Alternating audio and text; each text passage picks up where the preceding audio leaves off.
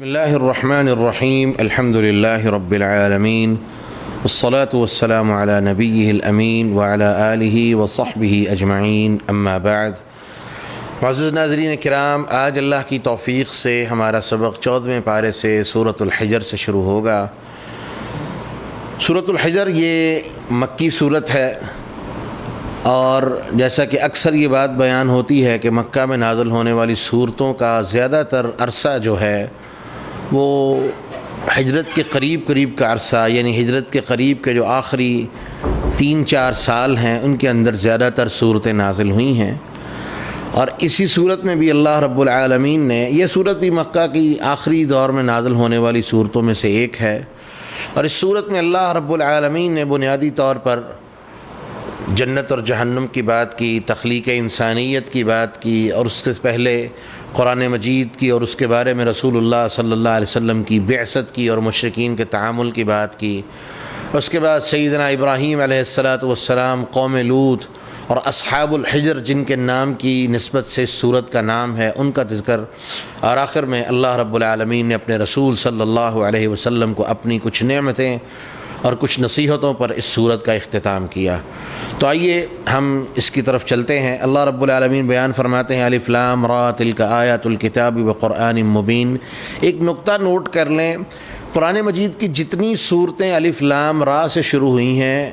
یعنی حروف مقطعات سے شروع ہوئی ہیں، ان صورتوں کے شروع میں اللہ رب العزت نے عمومی طور پر تمام کی تمام صورتیں جو ہیں اللہ رب العالمین نے جن کے شروع میں حروف مقطعات سے ان کا آغاز فرمایا ہے، ان کے شروع میں اللہ رب العالمین نے جو حروف مقطعات کے فوراً بعد اگلی بات کی ہے، وہ بات قرآن مجید کی عظمت کی، حکمت کی، اس کے روشن ہونے کی اور اس طرح سے متعلق چیزوں کے بات ہے۔ تو یہاں پر بھی وہی سلسلہ کہ اللہ رب العالمین فرماتے ہیں کہ الف لام را تلک آیات الکتاب وقرآن مبین، یہ کتاب کی آیتیں ہیں اور یہ قرآن مبین، جو قرآن جو مبین بیان کر دینے والا، کھول کے چیزوں کو واضح کر دینے والا ہے، یہ اس کتاب کی آیتیں ہیں۔ اس کے بعد اللہ رب العالمین بیان فرماتے ہیں ربما یود الذین کفروا لو کانوا مسلمین، ایک وقت آئے گا کہ کافر بھی تمنا کریں گے، خواہش کریں گے کہ کاش ہم مسلمان ہو جاتے۔ انس بن مالک رضی اللہ عنہ روایت کرتے ہیں کہ یہ اس وقت تمنا کریں گے جب اللہ رب العزت جہنمیوں کو جہنم سے نکال کے، جو ایمان والے ہوں گے لیکن اپنے گناہوں کی سزا پانے کے لیے جہنم میں گئے ہوں گے، اللہ رب العالمین جب ان کو نکال کے اپنی رحمتوں سے جنتوں کی طرف بھیج دے گا تو اس وقت کافر تمنا کریں گے کہ کاش ہم بھی مسلمان ہوتے اور آج ہم جہنم کے عذاب سے نجات پا لیتے۔ لیکن اس وقت ان کا تمنا کرنا اور ان کی خواہش کرنا ان کے کسی کام نہیں آئے گا۔ اللہ رب العالمین فرماتے ہیں ذرہم یأکلوا ویتمتعوا ویلہہم الامل فسوف یعلمون، اے رسول صلی اللہ علیہ وسلم آپ انہیں چھوڑ دیں، ذرہم یأکلوا، یہ کھائیں پئیں، ویتمتعوا اور فائدے اٹھائیں، ویلہہم الامل اور ہم نے ان کو، ان کی ایک جھوٹی غفلتیں جو ہیں، ان کی جھوٹی امیدیں جو ہیں، ہم نے ان امیدوں کی غفلت میں انہیں ڈال دیا ہے کہ مجھے امید ہے یہ ہو جائے گا۔ ان کی خواہشات اور تمنائیں جن کی بنیاد ہی سرے سے جھوٹ پر مبنی ہے، جن کی بنیاد ہی سرے سے کچی اور کمزور ہے، اللہ رب العالمین فرماتے ہیں میرے رسول ان کو ان بنیادوں پر جینے دیں۔ اور انسان کے لیے اس سے بڑی سزا کیا ہو سکتی ہے کہ وہ اپنے لیے اپنی بنیاد پر بڑی بڑی امیدیں پال رہا ہو، لیکن ایک وقت آئے اور اسے پتہ چلے کہ میری تو بنیادیں ہی اتنی کمزور تھیں کہ اس کو سوچنے کا بھی، اس کو ان بنیادوں کو درست کرنے کا بھی موقع نہ ملے، اور پوری کی پوری امیدیں نہ صرف کہ گر جائیں بلکہ زمین بوس ہو جائیں۔ اس بندے کے لیے اس سے بڑا نقصان کیا ہو سکتا ہے، اس سے بڑا گھاٹا کیا ہو سکتا ہے؟ اور یہی گھاٹا ہے جو مشرکین اور کفار اٹھانے والے ہیں، جہنم کی شکل میں اٹھانے والے ہیں۔ اللہ رب العزت ہمیں اس سے محفوظ فرمائے۔ اور اللہ رب العالمین نے اس کے بعد مثال دے کے وعدہ کیا وَكَمْ أَهْلَكْنَا مِنْ قَرْيَةٍ إِلَّا وَلَهَا كِتَابٌ مَعْلُوم، کتنی ہی بستیاں ایسی تھیں کہ جن کے لیے اللہ رب العالمین نے ان کی تاریخ مقرر فرما دی تھی، کتاب مبین میں یہ محفوظ فیصلہ فرما دیا تھا کہ ان بستیوں کو، ان علاقوں کو ہم نے تباہ و برباد کر دینا ہے، اور اللہ رب العزت نے جو فیصلہ فرمایا تھا وہ صادر فرما دیا اور پورا فرما دیا۔ اور اس کے بعد اللہ رب العالمین وقالوا یا ایھا الذی نزل علیہ الذکر، اے وہ لوگ جو میرے رسول صلی اللہ علیہ وسلم کو جن کے اوپر ہم نے یہ قرآن نازل کیا ہے، جو ان کے بارے میں یہ کہتے ہو انک لمجنون، وہ معاذ اللہ رسول کی توہین کرتے ہوئے یہ کہتے ہیں کہ آپ مجنون ہیں، تو آپ ان کو کہہ دیجئے لو ما تأتینا بالملائکہ ان کنت من الصادقین، اور ساتھ یہ کہتے تھے اگر یہ سچا ہے تو اس کے ساتھ فرشتے کیوں نہیں آتے۔ یہ بات 7ویں پارے میں بھی گزری کہ مشرکین مکہ کہتے تھے اگر یہ فرشتے، یہ سچا ہے، یہ نبی ہے، یہ اللہ کی طرف سے ہے تو فرشتے کیوں نہیں آتے، فرشتے اس کو آگے اسکاٹ کیوں نہیں کرتے، اس کو پروٹوکول کیوں نہیں دیتے، اس کے آگے پیچھے فرشتوں کی فوجیں کیوں نہیں ہیں؟ جیسے پروٹوکول میں کسی مملکت کے سربراہ کی گاڑی درمیان میں اور آگے پیچھے اس کو اسکاٹ کرنے والے ہوتے ہیں، فرشتے آ کے اس کو اسکاٹ کیوں نہیں کرتے؟ یہ تو اللہ کا نبی ہے، اس کے لیے تو آنے چاہیے۔ تو اللہ رب العالمین نے فرما دیا ان کو بتا دیں ما ننزل الملائکۃ الا بالحق وما كانوا اذا منذرین، میرے رسول ان کو بتا دیں کہ جب ہم فرشتوں کو بھیجتے ہیں تو فرشتوں کو ہم حق کے ساتھ بھیجتے ہیں، حجت قائم کر کے بھیجتے ہیں، اور جب فرشتے کسی قوم پر بھیج دیے جائیں وما هم اذا منذرین وما كانوا اذا منذرین، تو پھر ان کو اللہ رب العالمین پھر مہلتیں نہیں دیتا، کیونکہ فرشتے آتے ہی اس وقت ہیں جب اللہ رب العالمین کا فیصلہ صادر فرمانا ہو۔ اس کے بعد اللہ رب العالمین نے فرما دیا انا نحن نزلنا الذکر وانا له لحافظون، میرے رسول ان کو بتا دیں کہ یہ آپ کو معاذ اللہ مجنون کہتے ہیں اور آپ کو کہتے ہیں کہ یہ کلام جو ہے یہ مجنون کا کلام ہے، تو آپ ان کو بتا دیں یہ کسی مجنون کا کلام نہیں ہے، یہ کسی دیوانے کا کلام نہیں ہے، یہ کسی معاذ اللہ ایسے شخص کا کلام نہیں ہے جس کی عقل اور حواس اڑ چکے ہوں، بلکہ یہ ذکر اللہ مالک کی طرف سے ہے اور میرا اللہ مجھ پر نازل کرتا ہے، میرا اس کے اندر کسی طرح کا کوئی کمال نہیں، میرا اللہ مجھ پر وحی بھیجتا ہے اور میں قرآن کی آیتیں آگے سنا دیتا ہوں۔ اس لیے اللہ فرما رہے ہیں انا نحن نزلنا الذکر، ہم ہی اس ذکر کے نازل کرنے والے ہیں، وَإِنَّا لَهُ لَحَافِظُونَ، اور ہم ہی اس کے حفاظت کرنے والے ہیں، کیونکہ حفاظت ضروری تھی، ایک فطرت تھی، ایک ضروری تقاضا تھا کہ حفاظت کی جائے، کیونکہ اس سے پہلے جتنے نبی آئے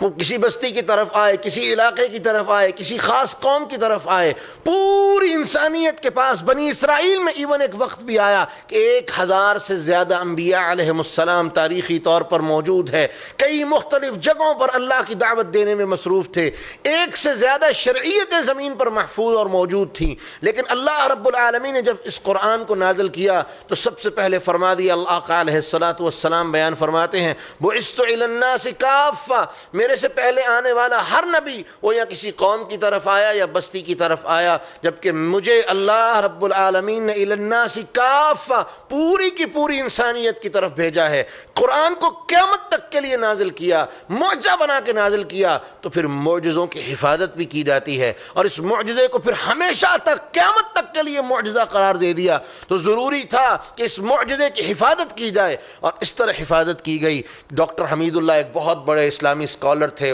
حیدرآباد دکن سے ان کا تعلق تھا، فرانس چلے گئے، وہیں باقی زندگی گزاری اور وہیں پر فوت ہوئے، 2008 میں غالباً وہاں فوت ہوئے، تو وہ پاکستان تشریف لائے 1960 کی دہائی میں، اور انہوں نے کچھ خطبات ارشاد فرمایا، کچھ لیکچرز اور کچھ مقالات پڑھے، تو اسلامیہ یونیورسٹی بہاولپور میں ان کے کچھ لیکچرز ہوئے جو کتابی شکل میں خطبات بہاولپور کے نام سے موجود ہیں، اس کے اندر انہوں نے قرآن مجید کی حفاظت کے بارے میں ایک بیان دیا۔ وہ فرماتے ہیں کہ میں قرآن مجید کے حوالے سے مجھے ریسرچ کا اتنا موقع ملا ہے کہ بائبل کے ہم نے تقریباً 200 سے زیادہ نسخے، قدیم نسخے جو مختلف علاقوں میں لکھے گئے تھے، اکٹھے کیے، کسی ایک نسخے کی عبارت دوسرے سے نہیں ملتی، کوئی ایک نسخہ دوسرے سے کمپیئر نہیں کرتا، اس حد تک اس کے اندر تحریف کی گئی، کیونکہ جہاں علاقے بدلتے، جہاں قبیلے بدلتے، جہاں قومیں بدلتی، جہاں ثقافت بدلتی، وہاں پر وہ اللہ کی کتاب کو اپنی مرضی سے لکھ لیتے، وہاں پر وہ جس طرح ان کا جی چاہتا کتاب میں تحریف اور تبدیلی کر کے وہ یہ کہتے یہ اللہ کی طرف سے ہے، جبکہ اللہ نے قرآن میں اس بات کی کئی جگہ پر نفی فرمائی کہ ایسا اللہ کی طرف سے نہیں تھا۔ تو ڈاکٹر حمید اللہ بیان کرتے ہیں کہ جب ان عیسائیوں نے ہی، وہ پیرس والوں نے، فرانس والوں نے جب قرآن پر تحقیق کرنی شروع کی تو قرآن مجید کے 14,000 سے زیادہ نسخے اکٹھے کیے، 14,000 سے زیادہ نسخے اکٹھے کر کے ان کو جمع کیا گیا اور آپس میں کمپیئر کیا گیا۔ پورے کے پورے نسخوں میں کہیں ایک زیر زبر کا بھی فرق نہیں تھا۔ یہ ہے قرآن، یہ ہے معجزہ، اور کیوں نہ ہو یہ معجزہ جس کی طرف سے آیا ہے اسی نے اعلان کیا وَإِنَّا لَهُ لَحَافِظُونَ، قیامت تک اس کی حفاظت بھی اب میری ذمہ داری ہے۔ اس کے بعد اللہ رب العالمین نے پھر اور مزید باتیں فرمائی کہ کئی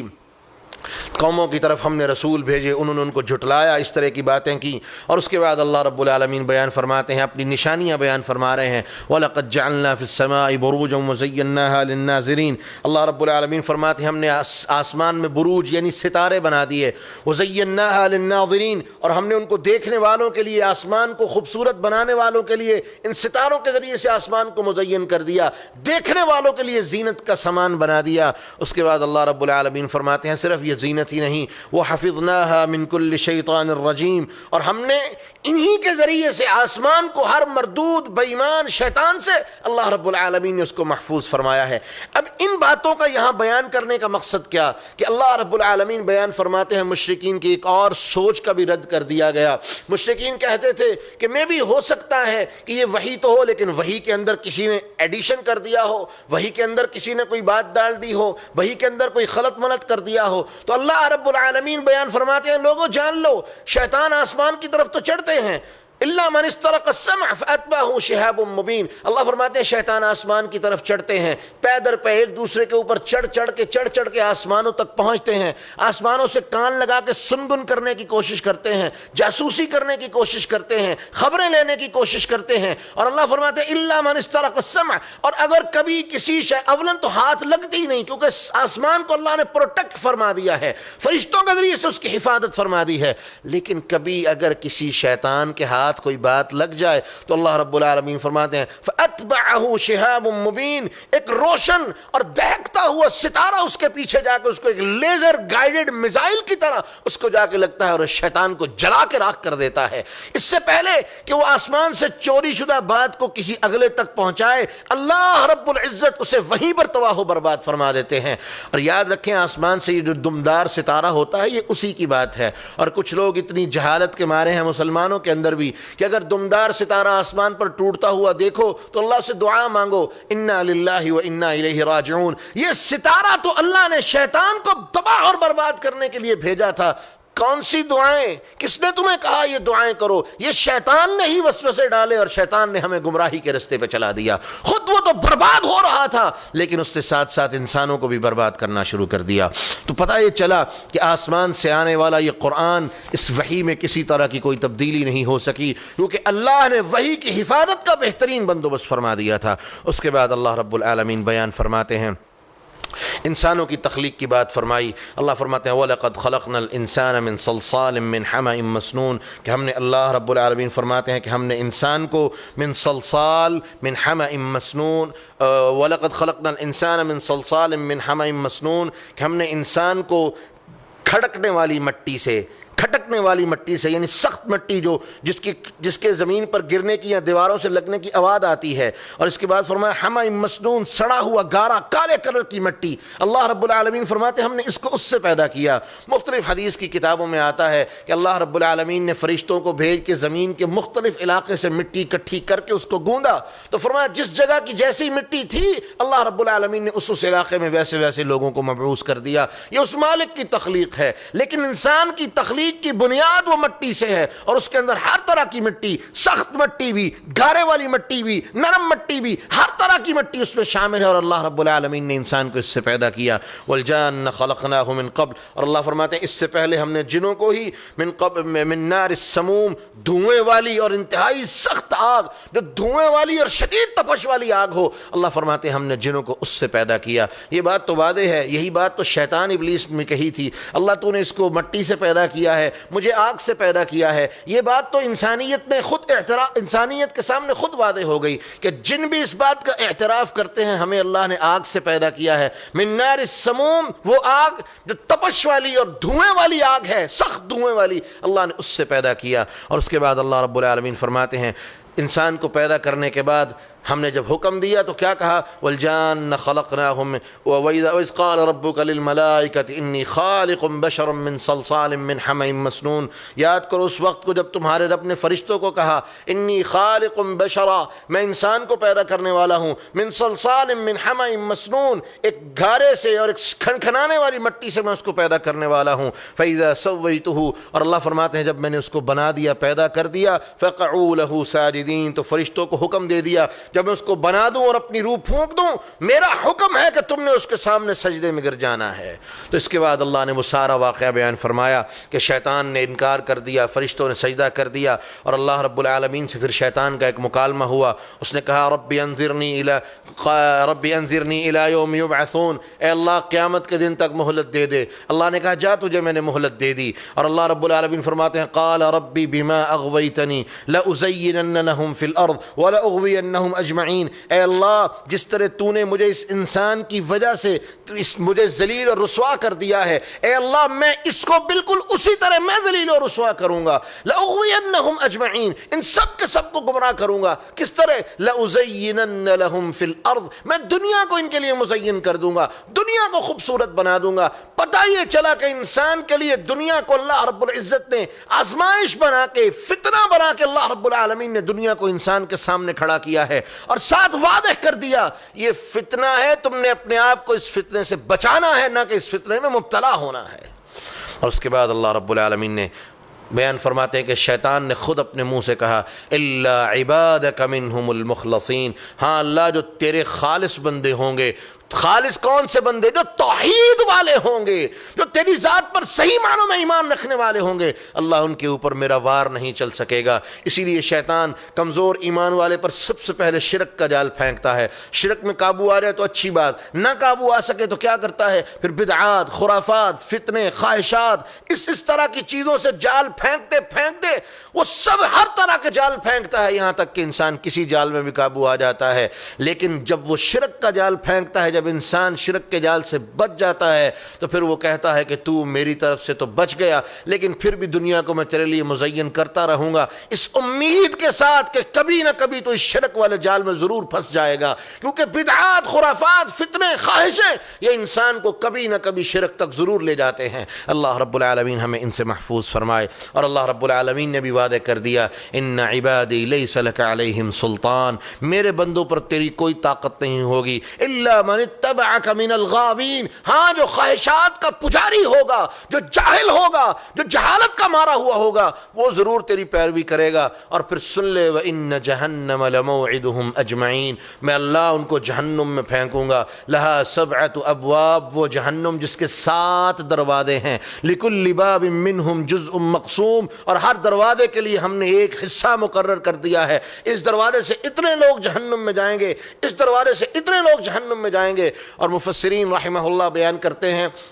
کہ جزء مقسوم سے مراد یہ ہے کہ جہنم کے 7 دروازے ہیں تو ان کے بھی نام ہیں کہ اس دروازے سے مشرکین جائیں گے، اس دروازے سے فلاں گناہ والا جائے گا، اس دروازے سے فلاں گناہ والا جائے گا. اس طرح سے اللہ رب العالمین نے اس کی تقسیم کی ہے. اور آپ کو یاد ہوگا یہ بات پہلے بیان کی گئی تھی، اللہ رب العالمین نے جہاں بھی اپنے عذاب کی باتیں کی ہیں وہاں اللہ رب العالمین نے اپنی رحمت کی بات ضرور کی تھی. اور میں نے یہ مثال بھی دی تھی کہ اگر 10 دفعہ اللہ کے عذاب کی بات آئی ہے تو اللہ نے 11 مرتبہ اپنی رحمت کا ذکر فرمایا ہے. تو اللہ رب العزت نے جہاں پر بیان فرمایا کہ جہنم کے 7 دروازے ہیں تو حدیث کیا کہتی ہے کہ اللہ رب العزت نے جنت کے 8 دروازے بنائے ہیں تاکہ رحمت اوپر رہے، رحمت حاوی رہے، رحمت اوپر رہے اور دنیا کو پیغام ملتا رہے کہ ان رحمتی وسعت کل شیء، کہ میری رحمت ہر چیز پر حاوی ہے. اس کے بعد اللہ رب العالمین نے متقین کی بات بیان فرمائی، ان المتقین فی جنات وعیون، متقین اللہ کی رحمتوں میں ہوں گے. ادخلوها بسلام آمنین، سلامتی اور امن کے ساتھ جنت میں داخل ہوں گے.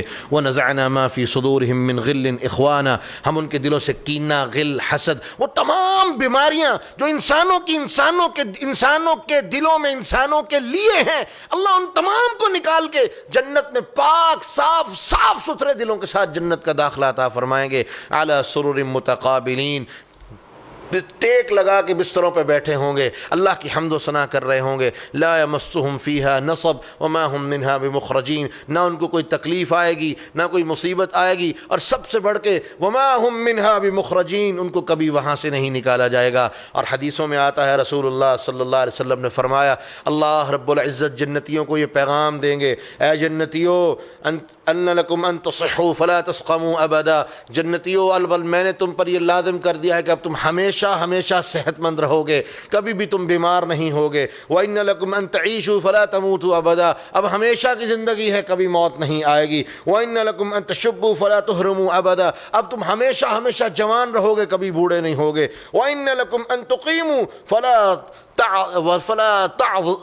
تعضوا ابدا، اور اب تم ہمیشہ ہمیشہ کے لیے یہاں رہو گے اور یہاں سے کبھی بھی نہیں نکالے جاؤ گے۔ یہ اللہ رب العزت کی طرف سے جنت میں پیغامات ہوں گے کہ جنتیوں اب جنت تمہارے لیے ہمیشہ ہمیشہ کا سامان ہے، اور ہر طرح کی بیماریوں سے میں نے تمہیں پاک کر دیا ہے۔ اور اس کے بعد اللہ رب العالمین بیان فرماتے ہیں، نبئ عبادی انی انا الغفور الرحیم، میرے بندوں کو بتا دو میں بڑا مہربان ہوں۔ اور سلف صالحین کہا کرتے تھے، اللہ کی قسم اللہ رب العالمین نے انتہا کی محبت اس آیت میں بیان فرمائی ہے کہ جس طرح کبھی اگر کوئی ہے، وہ کتنا ہی گناہگار کیوں نہیں، لیکن وہ ایمان والا ہے، اللہ نے اس کو اپنی محبت کے دو پیغام دیے ہیں کہ ایک یہ میرا بندہ ہے، یہ میرا ہے، اپنا کہہ کے اللہ نے مخاطب کیا ہے، اور ساتھ کہہ دیا ہے انی انا الغفور الرحیم، میں بڑا ہی معاف کرنے والا اور بڑا ہی مہربان ہوں۔ لیکن ساتھ ہی جب مشرکین کی بات آئی، اپنی رحمتوں کا ڈبل ذکر کیا، اپنا بندہ بھی کہا، بندہ کہہ کے محبت دکھائی، اور پھر معافی کا اعلان فرما کے انتہا کی محبت کا اعلان فرما دیا، اور ساتھ ہی کیا کہا، وَأَنَّ عَذَابِي هُوَ الْعَذَابُ الْأَلِيمُ، یہاں بندوں کو کہہ کے مخاطب نہیں کیا، یہاں بندے کہہ کے مخاطب نہیں کیا، بلکہ سیدھی سیدھی اور ایک بات کی، کیا کہا، میرا عذاب بڑا دردناک ہے۔ اللہ رب العالمین ہمیں ان سے محفوظ فرمائے۔ اس کے بعد اللہ رب العالمین ابراہیم علیہ السلام کا قصہ بیان فرما رہے ہیں کہ جس طرح فرشتے ان کے پاس آئے، ان کو آ کے اسحاق علیہ السلام کی بشارت دی، اور اس کے بعد پھر پوچھا کس کام کے لیے آئے ہو، تو کہا لوط علیہ السلام کی طرف جانے کے لیے آئے ہیں کہ وہ قوم اللہ کی نافرمانی کرنے والی ہے۔ تو لوط علیہ السلام کا قصہ ابھی ہم نے کل ہی یا پرسوں سورہ ہود میں ذکر کیا کہ یہ قوم کیا کرنے والی تھی اور ان کے کیا معاملات تھے، اس کا بھی سارا ذکر اللہ رب العالمین نے اس سورہ مبارکہ میں بیان فرمایا۔ اس کے بعد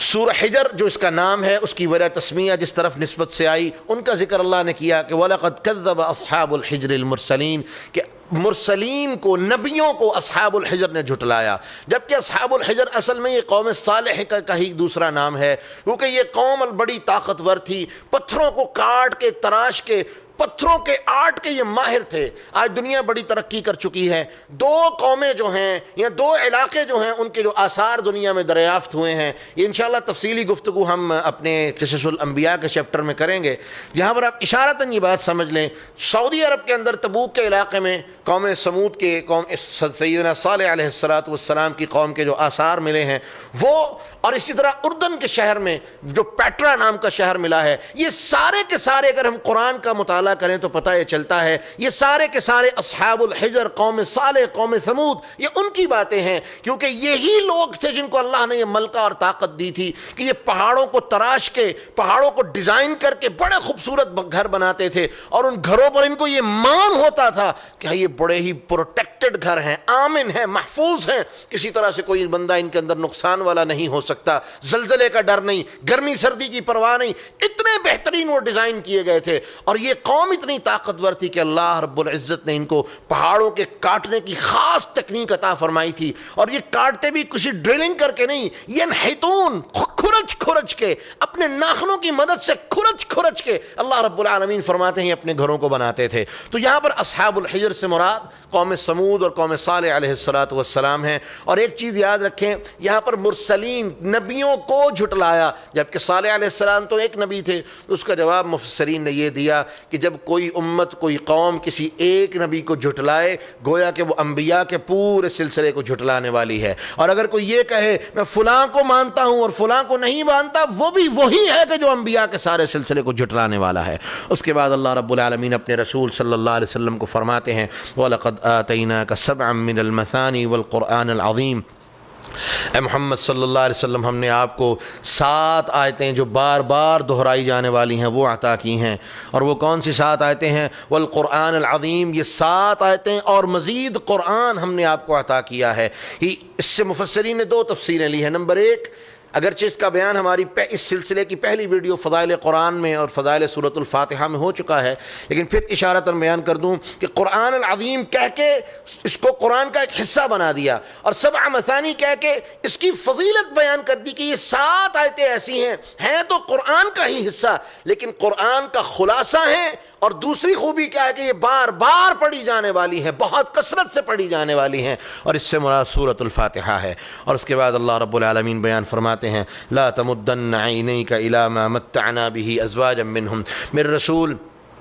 یہ لوگ جو دنیا کی زندگی میں بڑے خوش ہیں لیکن ہمارے نافرمان ہیں، آپ کو ان کا مال دیکھ کے پریشانی نہیں ہونی چاہیے، ان کی طرف آپ کی نظریں نہیں اٹھنی چاہیے۔ کیوں؟ کیونکہ اللہ رب العالمین نے وعدہ فرما دیا ہے کہ ان کے لیے دنیا کی زندگی سب کچھ ہے اور ہم نے ان کو دنیا میں ہی دے دیا ہے۔ ہاں البتہ وہ لوگ جو آپ سے محبت کرنے والے ہوں، جو آپ کے تابعدار ہوں، وَاخْفِضْ جَنَاحَكَ لِمَنِ اتَّبَعَكَ مِنَ الْمُؤْمِنِينَ، وہ بندے جو آپ کے مومن بندے ہیں، آپ کی پیروی کرنے والے ہیں، اتباع کرنے والے ہیں، اپنے کندھوں کو اور اپنے محبت والے بازوؤں کو ان کے لیے پھیلا دیں اور ان کو اندر سمیٹ لیا کریں۔ اصل میں یہ اشارہ ہے ان مجلسوں کی طرف کہ مشرکین مکہ کو اللہ کے رسول جب دعوت دیتے تھے تو مشرکین مکہ یہ مطالبہ کرتے تھے کہ جب آپ ہمیں دعوت دینے کے لیے بیٹھے ہوں تو آپ کا کوئی کمزور، کوئی غریب آدمی، کوئی کمزور آدمی ہماری مجلسوں کے قریب نہ آئے۔ تو اللہ رب العالمین نے فرما دیا کہ آپ ان کی چودراہٹ کو نہ دیکھیں، آپ ان کی چودراہٹ کو دیکھ کے ان پر فریفتہ نہ ہو جائیں، بلکہ آپ کے لیے سب سے زیادہ فریفتہ ہونے والے، جن کے اوپر آپ فریفتہ ہوں، وہ لوگ ہیں جو آپ کے ماننے والے ہیں، آپ کی محبت کے سارے رخ، سارے زاویے، محبت کا چہرہ صرف ان کے لیے ہونا چاہیے۔ ان کو دعوت دیں لیکن ان کے دل میں آپ کا احترام، ان کے لیے آپ کے دل میں احترام اور محبت نہیں ہونی چاہیے۔ اور اس کے بعد اللہ رب العالمین نے بیان فرمایا آخر میں اس صورت میں اللہ رب العالمین نے فرمایا فاصدع بما تؤمر واعرض عن المشرکین۔ اے محمد صلی اللہ علیہ وسلم، ہم جانتے ہیں فاصدع بما تؤمر، جو چیز آپ کو حکم دی جاتی ہے وہ کھول کھول کے ان کے سامنے بیان کر دیں۔ واعرض عن المشرکین، اور آپ نے مشرکین سے منہ پھیر لینا ہے۔ یعنی کیا مطلب؟ ان کو دعوت دیں لیکن محبت، ان کا احترام وہ آپ کے دل میں نہیں ہونا چاہیے۔ آپ کی محبت اور احترام کے یہ لائق اگر کوئی لوگ ہیں تو وہ آپ کے اصحاب ہیں جو آپ پر ایمان لائے ہیں۔ اور اس کے بعد اللہ رب العالمین نے فرما دیا انا کفیناک المستہزئین، جو آپ کا مذاق اور استہزاء کرنے والے ہیں، آپ کی توہین کرنے والے ہیں، میں اللہ ان کو کافی ہو جانے والا ہوں، آپ کو پرواہ کرنے کی ضرورت نہیں، میں اس طرح کافی ہو جاؤں گا کہ رہتی دنیا کے لیے ان کو عبرت کا نشان بنا دوں گا۔ اور اس کے بعد اللہ رب العالمین فرماتے ہیں آخر میں وَلَقَدْ نَعْلَمُ أَنَّكَ يَضِيقُ صَدْرُكَ بِمَا يَقُولُونَ، یہ پیغام ہے ہر اس بندے کے لیے جس سے رشتہ داریاں تنگ کرتی ہیں، جو دنیا کے پیغامات، دنیا سے تنگ ہے، لوگوں کے تعلقات سے تنگ ہے، لوگ برا بھلا کہتے ہیں، وہ اچھائی کرتا ہے لوگ اسے ذلیل کرتے ہیں، یعنی وہ بندہ جس کو دنیا تکلیفیں دیتی ہے، اللہ نے اپنے رسول کو یہ پیغام دیا، اس رسول کی وساطت سے یہ پیغام اس کے لیے ہے اور قیامت تک آنے والے ہر انسان کے لیے ہے۔ وَلَقَدْ نَعْلَمُ أَنَّكَ يَضِيقُ صَدْرُكَ بِمَا يَقُولُونَ، ہم جانتے ہیں کہ آپ کا دل بڑا تنگ ہوتا ہے، آپ کا سینہ بڑا تنگ ہوتا ہے، ان کی باتیں سن کے آپ کو بڑی تکلیف ہوتی ہے، آپ کے دل میں بڑی تنگی آتی ہے۔ اللہ فرماتے ہیں فَسَبِّحْ بِحَمْدِ رَبِّكَ وَكُن مِّنَ السَّاجِدِينَ، آپ کو پرواہ کرنے کی ضرورت نہیں، آپ بس اللہ کی حمد و ثنا بیان کریں، وَكُن مِّنَ السَّاجِدِينَ، اور سجدے کرنے والوں میں شامل ہو جائیں، ہر وقت ان لوگوں میں شامل رہیں جو اللہ کے سامنے سر بسجود رہنے والے ہیں۔ کیوں؟ کیونکہ اللہ رب العالمین فرماتے ہیں، اس بات میں اشارہ فرما رہے ہیں کہ جو میری ذات کے ساتھ جڑ جائے گا، میری حمد و ثنا میں مصروف ہو جائے گا، میں لوگوں کی تکلیفوں سے انہیں ویسے ہی بے پرواہ کر دوں گا۔ وَاعْبُدْ رَبَّكَ حَتَّى يَأْتِيَكَ الْيَقِينُ، اور اللہ فرماتے ہیں دنیا میں اپنے رب کی عبادت کرتے رہو یہاں تک کہ یقین یعنی موت، اللہ کا حکم اور پیغام آ جائے، اور پھر میں اللہ فیصلے کر دوں گا کہ جو تکلیفیں دینے والے تھے ان کے لیے کیا ہے، اور جو تکلیفیں سہنے والے اور اللہ سے مدد مانگنے والے تھے ان کے لیے کیا ہے۔ اس کے بعد اللہ رب العالمین نے اگلی سورۃ النحل، نحل کہتے ہیں شہد کی مکھی کو، اس سورت میں چونکہ شہد کی مکھی کے سلسلے کا ذکر آیا ہے تو اسی ضمن میں اللہ رب العالمین نے سورت کا نام سورۃ النحل بیان فرمایا۔ اور اس سورت یہ 16ویں سورت ہے ترتیب کے اعتبار سے، نزول کا اس کا نمبر جو ہے وہ مختلف ہے۔ نزول کے نمبر کے بارے میں یاد رکھیں، طرح طرح کی باتیں آتی ہیں، لیکن یہی سب سے بہترین ترتیب ہے کہ مکی اور مدنی، کہ مکہ میں نازل ہونے والی، مدینہ میں نازل ہونے والی. یہ بھی مکہ کے اندر نازل ہونے والی صورتوں میں سے ہے. مفسرین نے اس کے بارے میں کوئی وضاحت نہیں کی کہ یہ کب نازل ہوئی، لیکن مکی صورت ہے، یہ واضح ہے. اور اس کے ساتھ ساتھ اس سورہ مبارکہ میں اللہ رب العزت نے اپنی طرح طرح کی نشانیاں مشرکین کو شمار کروائی ہیں. سب سے بڑی میں نے ابھی تک قرآن مجید کی جہاں جتنا خلاصہ بیان کیا ہے ابھی تک، یہ سب سے بڑی صورت ہے جس میں اللہ رب العزت نے پے در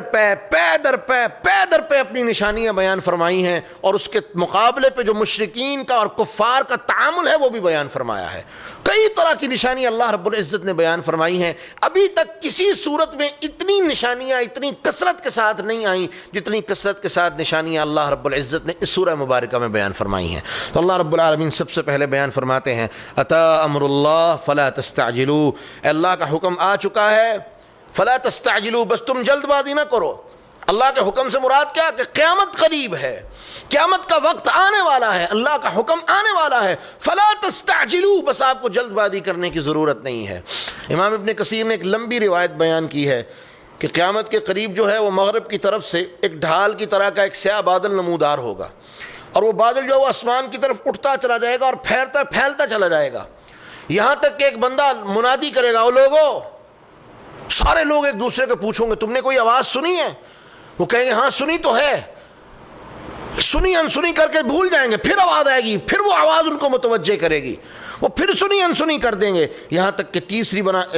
تیسری مرتبہ وہ آواز ان کو پھر متوجہ کرے گی، اور پھر وہ آواز والا بولے گا کہ لوگو اللہ کا حکم پہنچ گیا ہے، بس اب تم جلدی نہ کرو. اور پھر اللہ کے رسول بیان فرماتے ہیں اس ذات کی قسم جس کے ہاتھ میں میری جان ہے، اس کے بعد اللہ رب العالمین ان کو اتنی مہلت بھی نہیں دے گا کہ دو آدمی کپڑا پھیلا کے کھڑے ہوں گے، وہ کپڑا اکٹھا بھی نہیں کر سکیں گے کہ اللہ کا پیغام آ جائے گا. اس کے بعد فرمایا جو آدمی اپنے حوض میں پانی بھر رہا ہوگا وہ کسی کو پلا نہیں سکے گا کہ اللہ کا پیغام آ جائے گا. اور اس کے بعد فرمایا جس بندے نے اپنی اونٹنی کا کل دودھ پیا ہوگا وہ دوبارہ اونٹنی کا دودھ پینا اسے نصیب نہیں ہوگا. لوگ مشغول ہو جائیں گے، اپنے کاموں میں مصروف ہوں گے، لیکن اللہ کا پیغام آ جائے گا. تو اللہ رب العالمین فرما رہے ہیں کہ اللہ کا پیغام قریب ہے، بس تم جلد بازی نہ کرو، لیکن اپنے آپ کو اس کے لیے تیار کر لو. تعالی عما یشرکون. اور ہاں یہ لوگ جو شرک کرنے والے ہیں، اللہ رب العالمین ان کے شرک سے، ان کی گفتگو سے، ان کے باتوں سے، ان کے شرکاء سے اللہ بہت بلند ہے. فلا تستعجلوا کا ایک مطلب یہ بھی ہے کہ میرے رسول آپ ان کے بارے میں عذاب کے لیے جلدی نہ کریں، عذاب مانگنے کے لیے جلدی نہ کریں، کیونکہ اب قیامت ہی آنی ہے. اور اللہ کے رسول نے بیان فرما دیا انا والساعۃ بعثت انا والساعۃ کہاتین، میں اور قیامت اس طرح مبعوث کیے گئے ہیں کہ میرے بعد جس طرح ان دو انگلیوں کے درمیان کوئی فرق نہیں، کوئی درمیان میں چیز نہیں، اب میرے بعد صرف قیامت آئے گی، اور قیامت کی سب سے پہلی نشانی وہ میری موت ہے، میرا دنیا سے چلے جانا ہے. قیامت کی نشانیاں آ رہی ہیں، ہر گزرتا دن ہم قیامت سے قریب ہو رہے ہیں. اب اللہ کا عذاب نہیں آئے گا جو پوری انسانیت کو تباہ کرنے والا ہوگا، اب ایک ہی زلزلہ آئے گا جو قیامت کا ہوگا، اور پوری انسانیت کو ختم کر کے اللہ رب العزت ساری مخلوق کو اپنے سامنے کھڑا کر کے حساب لیں گے. اللہ رب العالمین بیان فرماتے ہیں ينزل الملائکۃ بالروح من امرہ علی من یشاء من عبادہ. وحی کا سلسلہ اللہ فرماتے ہیں جس پر ہم چاہیں اپنے بندوں میں سے وحی بھیجیں. اور کس لیے بھیجتے ہیں؟ ان انذروا انہ لا الہ الا انا فاتقون. ہر نبی کا ایک ہی مشن ہے کہ وہ لا الہ الا اللہ کی دعوت دے، لا الہ الا اللہ کو پہلے خود سمجھے اور پھر امت کو اس کی دعوت دے. حتیٰ کہ اللہ نے اپنے رسول جناب محمد الرسول اللہ صلی اللہ علیہ وسلم کو بھی فرمایا فَعْلَمْ أَنَّهُ لَا إِلَهَ إِلَّا اللَّهِ. پہلے میرے رسول آپ جان لو، آپ سمجھ لو، اچھی طرح اس بات کو علم کے طور پہ جان لو، أَنَّهُ لَا إِلَهَ إِلَّا اللَّهِ، اور اس کے بعد جا کے لوگوں کو اس کی دعوت دو. اس کے بعد اللہ رب العالمین اپنی نشانیوں کا سلسلہ بیان فرما رہے ہیں. اللہ رب العالمین فرماتے ہیں خَلَقَ الْإِنسَانَ مِن نُطْفَةٍ، نطفے سے انسان کو پیدا کیا،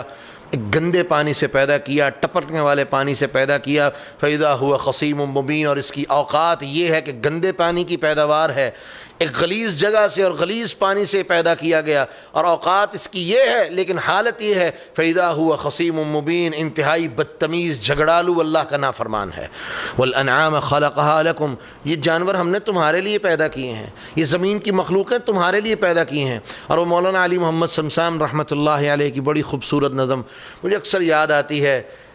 کہ مجھاں دیندیاں دودھ سفید تیرے واسطے، سیب تیرے واسطے، انار تیرے واسطے، وہ اللہ کی نعمتیں یاد کروا رہے ہیں۔ یہ سارا کچھ تو تیرے لیے ہے بندے، اور تو پھر بھی اللہ کا نافرمان ہے۔ بڑی خوبصورت نظم ہے، اور یہ ساری نشانیاں اللہ ہی بیان فرما رہے ہیں کہ جانور تمہارے لیے پیدا کیے ہیں، جس میں تمہارے لیے زیب و زینت بھی ہے۔ تم ان سے طرح طرح کی ان کی کھال کے ذریعے سے سردیوں میں اپنے لیے اوڑھنے کی چادریں، جیکٹیں، گرم کپڑے تیار کرتے ہو۔ تمہارے لیے فائدے ہیں، جمال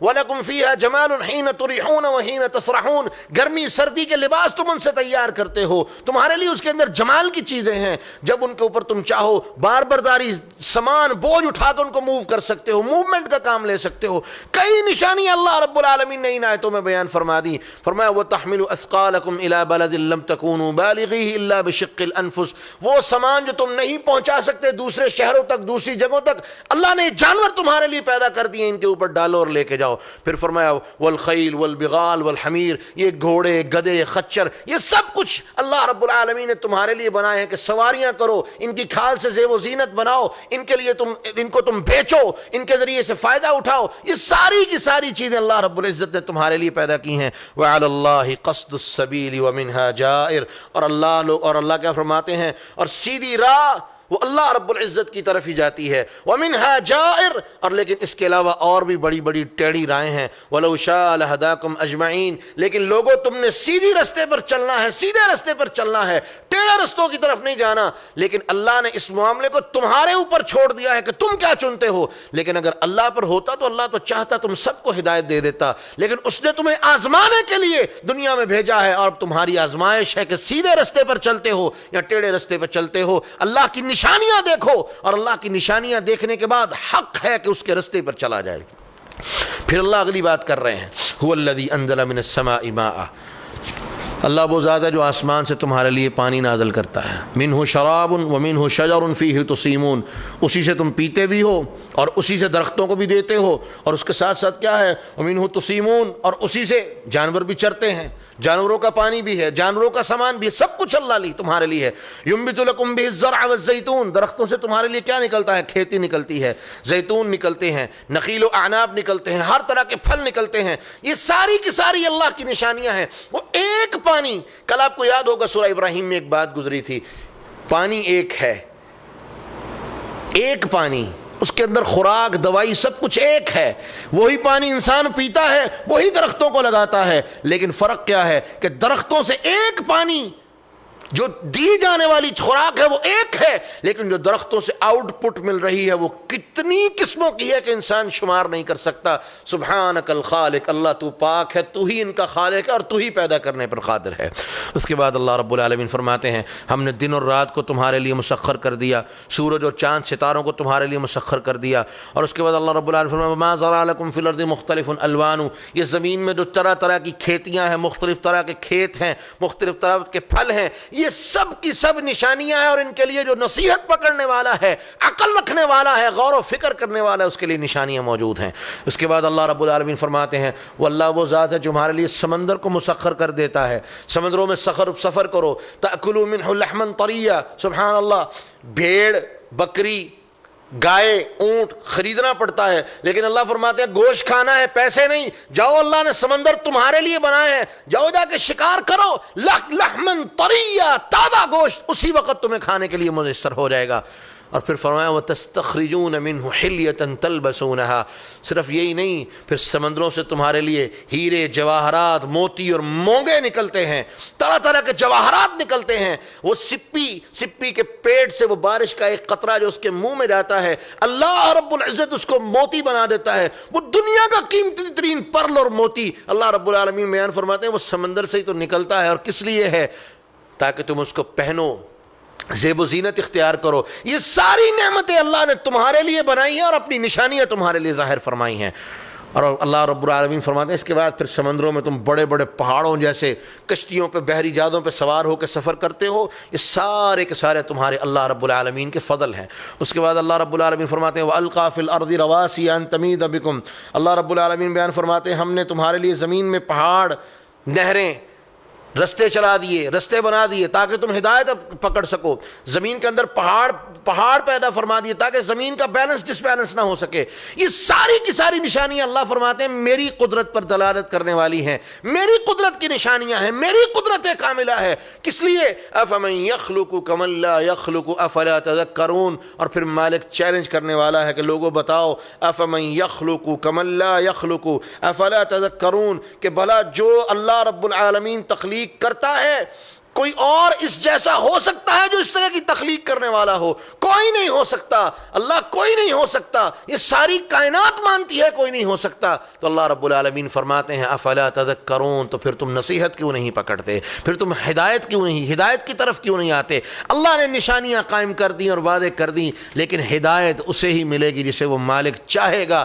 اور وہ کسے ملے گی؟ جو ان نشانیوں پر غور و فکر کرے گا، اللہ اس کے لیے ہدایت کے رستے کو کھول دے گا، اس کے سینے کو ہدایت کے لیے کھول دے گا۔ اور جو غور و فکر نہیں کرے گا بلکہ نقص نکالے گا، کہے گا میں اس سے اچھا کر سکتا ہوں، کوئی اور اس سے اچھا کرنے والا ہے، تو اللہ رب العالمین کبھی بھی اس کو ہدایت کی طرف نہیں پھیرتے۔ اور اس کے بعد اللہ رب العالمین فرماتے ہیں وَإِن تَعُدُّوا نِعْمَةَ اللَّهِ لَا تُحْصُوهَا۔ لوگوں یہ تو چند ایک نعمتیں ہیں میں نے تمہیں شمار کروائی ہیں، اگر تم اللہ کی نعمتوں کو گننا چاہو کبھی بھی نہیں گن سکتے، سوال ہی پیدا نہیں ہو سکتا کہ اللہ کی تم نعمتوں کو گن سکو۔ اور اس کے بعد بھی اللہ کی انگنت نعمتیں اور تم انتہا کے نہ شکرے، ان اللہ لغفور الرحیم، پھر بھی اللہ اپنی رحمت کا معاملہ فرماتے ہوئے تم اس نعمتیں گن بھی نہیں سکتے، نہ شکریہ کرتے ہو، پھر بھی وہ تمہیں معاف فرما کے اپنی نعمتوں سے محروم نہیں فرماتا۔ سبحانک یا ربنا۔ اس کے بعد اللہ رب العالمین نے پھر مشرکین کی بات کی، والذین یدعون من دون اللہ، وہ لوگ جو اللہ کے علاوہ کسی اور کی پوجا کرتے ہیں، لا یخلقون شیئا وهم یخلقون، ان کی اوقات یہ ہے کہ وہ ایک معمولی سے معمولی ترین چیز پیدا کرنے پر بھی قادر نہیں ہے۔ کیوں؟ کیونکہ ان کو تو خود اللہ رب العالمین نے پیدا کیا ہے۔ جو خود بنایا گیا ہو وہ کسی کو کیا بنا سکتا ہے؟ جو خود اپنی بناوٹ کا محتاج ہو، جو خود اپنی ذات کے اندر بناوٹ کا، اپنی ذات کی تکمیل کا محتاج ہو، وہ کسی غیر کا محتاج ہو، وہ کسی کو کیا بنائے گا؟ یہی تو بات اللہ نے وعدے فرمائی کہ تم خود میری طرف سے بنائے گئے ہو، میں نے تمہیں پیدا کیا ہے، میں نے بنایا ہے۔ کس طرح ہو سکتا ہے کہ تم میں سے کوئی اٹھے اور دعویٰ کرے کہ میں بھی بنا سکتا ہوں؟ اللہ فرماتے ہیں اموات غیر احیاء، یہ مردہ ہیں، غیر احیاء، یہ کبھی بھی زندہ نہیں ہو سکتے، کبھی بھی نہ زندہ ہونے والے مردے ہیں۔ وما یشعرون ایان یبعثون، اور یہاں تک کہ اللہ رب العالمین فرماتے ہیں ان کو اس بات کا بھی شعور نہیں ہے کہ یہ کب اٹھائے جائیں گے۔ یہ مردے ہیں، بے حس ہیں، بے یار و مددگار پڑے ہوئے ہیں، کسی کی مدد نہیں کر سکتے۔ اللہ رب العالمین فرماتے ہیں ان کو یہ بھی نہیں پتا کہ آج ہم مر گئے ہیں کب اٹھائے جائیں گے، یہ کسی کی کیا مدد کریں گے۔ اس کے بعد اللہ رب العالمین فرماتے ہیں وَإِذَا قِيلَ لَهُم مَاذَا أَنزَلَ رَبُّكُمْ،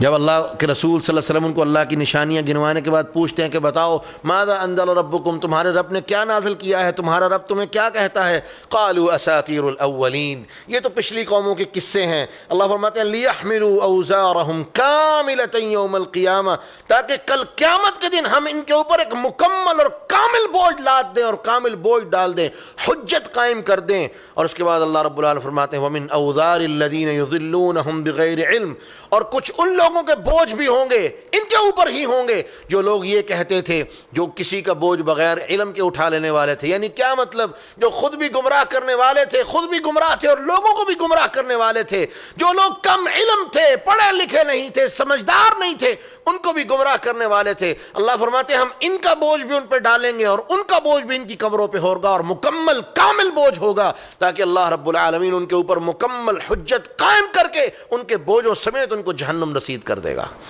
اس کے بعد اللہ رب العالمین فرماتے ہیں قد مکر الذین من قبلہم فأتی اللہ بنیانہم من القواعد، تحقیق کچھ لوگ اس سے پہلے مکر کر چکے ہیں، فَأَتَى اللَّهُ بُنْيَانَهُمْ مِنَ الْقَوَاعِدِ، تو اللہ رب العالمین نے اپنا عذاب ان کے اوپر بھیج دیا، فَخَرَّ عَلَيْهِمُ السَّقْفُ، ان کی بنیادیں ہلا دیں، یہاں تک کہ پوری کی پوری چھتیں ان کے اوپر گرا دیں، وَآتَاهُمُ الْعَذَابُ مِنْ حَيْثُ لَا يَشْعُرُونَ، یعنی یہ دنیا کے اندر مختلف قوموں کی طرف اشارہ ہے کہ جس قوم نے بھی اللہ کا انکار کیا ہم نے اس کے اوپر ایسا عذاب نازل کیا کہ وہ دنیا کی محفوظ ترین جگہ پہ بھی خود بیٹھے ہوں، اپنے آپ کو دنیا کی محفوظ محفوظ ترین جگہ پر بھی متصور کر رہے ہوں، ہم نے اس جگہ کو ہی ان کی قبریں بنا کے ان کے اوپر عذاب کو مسلط کر دیا۔